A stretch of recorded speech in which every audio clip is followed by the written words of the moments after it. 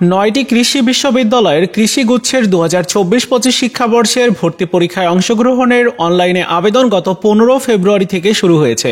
আজকে 15 মার্চ পর্যন্ত কতজন শিক্ষার্থী অ্যাপ্লাই করেছে আজকের এই ভিডিওতে সর্বশেষ আপডেট তথ্য তোমাদেরকে জানাবো।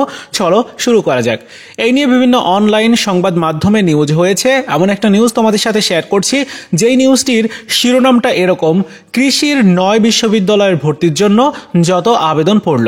বিস্তারিত অংশে রয়েছে কৃষি গুচ্ছভুক্ত দেশের 9টি বিশ্ববিদ্যালয়ের 2024-25 শিক্ষাবর্ষে প্রথম বর্ষ স্নাতক সম্মান শ্রেণীতে ভর্তির আবেদন শেষ হচ্ছে আগামীকাল রবিবার 16 মার্চ। এই আবেদন শুরু হয় গত 15 ফেব্রুয়ারি।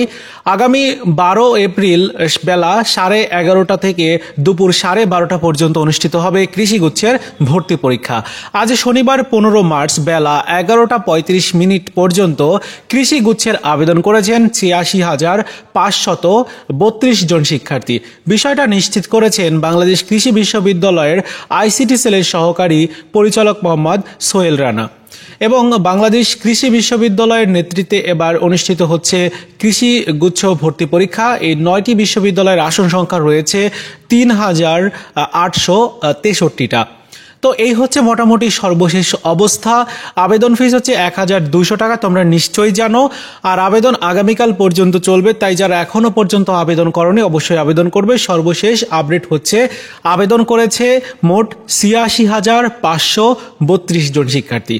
এই ছিল আজকের মতো ভিডিও। দেখা হচ্ছে নতুন ভিডিওতে। ভালো থাকো সবাই, ধন্যবাদ।